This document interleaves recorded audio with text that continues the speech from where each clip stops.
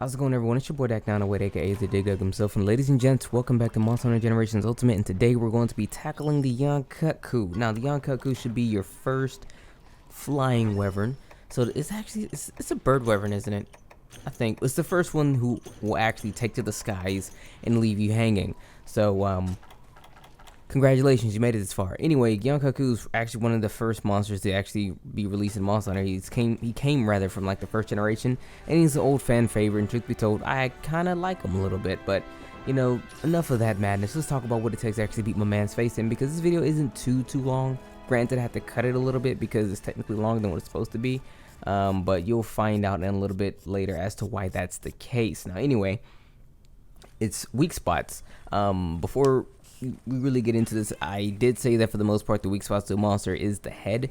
This time it's not the case. This time its weak spots are its wings. So if you actually hit it in its wings, you're gonna do a great deal of damage, truth be told. So weapons will actually have like an overhead kind of attack, kind of like the switch axe I'm about to use right here, where you can kind of like attack a little bit higher up than like really low attack weapons. Like let's say sword and shield kind of has this weird area where it attacks like the mid half of the monster, but it doesn't really have attacks that come up and over the monster. If you have a couple attacks in your weapons arsenal that come up and over the monster, you're probably going to be able to hit its wings fairly easily, and you can do a fair amount of damage. Now outside of that, it actually has a weak spot to its stomach, so for you sword and shield guys, you low hitting guys, you're still going to do some nice damage there too. So good up.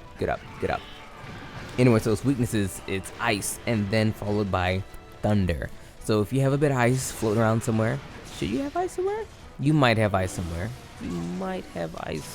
There's a Gaia Prey quest that you might have actually made an ice weapon from. But anyway, ice is its main weakness. So if you have some ice, totally come and bring it. If not, you can go and see if you can make some. Again, like I said, the Gaia Prey, they actually have the ability to give you a couple ice weapons. So you should kind of see what you can do there.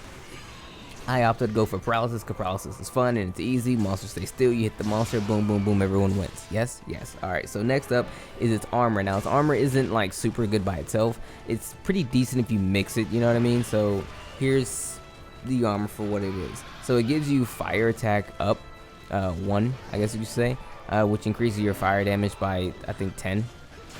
And then it has 9 points to attack. Now that's honestly, it has a negative affinity to defense, has like defense down, but for the most part the reason why people even use this set or even think about using this set is because of the attack that it has in there. You can actually mix this set with different pieces of, I guess, Jaggy armor or even Bull Drum armor to actually come up with an attack up set, but for the most part people tend to give it a miss because, I mean, it's a very ugly armor design. It's incredibly ugly armor design, and honestly, like I said, if you're not gonna mix it, totally give it a miss.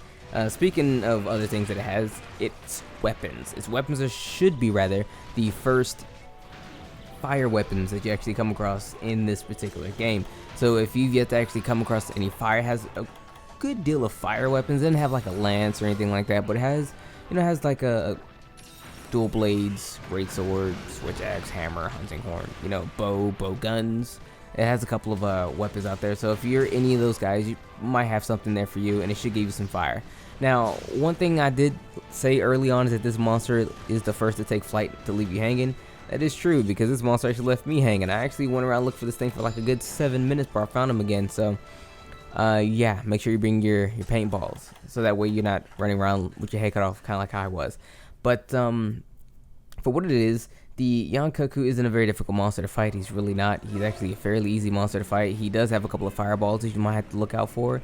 He takes flight, like I said. He kind of just runs around, and I mean, not really difficult. Like, he really isn't. By now, you should kind of have, if anything, how your weapon works. So you should kind of know how you should be fighting monsters, how to dodge and things like that. And Kut-Ku isn't much difficult than any other monster you've probably fought before. The only rule or issue to him is the fact that he's the first to actually take flight, so you have to actually use your paintballs in case you aren't exactly sure as to where he actually flew off to. Again, like I said, he's not difficult. He's really not. He doesn't have anything about him that's like a killer kind of thing. He does shoot this fireballs, so you can get fire blight, but I mean, that's really it. There's really not much to really speak on when it comes to Yian Kut-Ku here. So I guess you can grind him out for the weapons if you like, or the armor. I mean, again, he's not a very difficult quest. With all the madness shaved away, I did manage to actually beat him in like 7 minutes outside of this quest here. So it is what it is. So regardless, everyone, that's pretty much all I can really say about the Yian Kut-Ku. Not a very hard fight. He does take flight, so watch out for that. Use a paintball if need be. Exploit his weaknesses, which is thunder and then ice. Excuse me, ice and then thunder. Remember, his weak spots are on his wings and his stomach, and his armor and weapons are kind of decent. His armor being kind of lackluster in a sense, but the weapons, they're pretty nice. Go ahead and get them. Anyways, it's been your boy Dak908, aka the Dig Dug himself. Thank you so much for watching. We'll see you on the next video. What is the next video? I think the next one is Hermitar? I think. I'll see. Take care, everyone.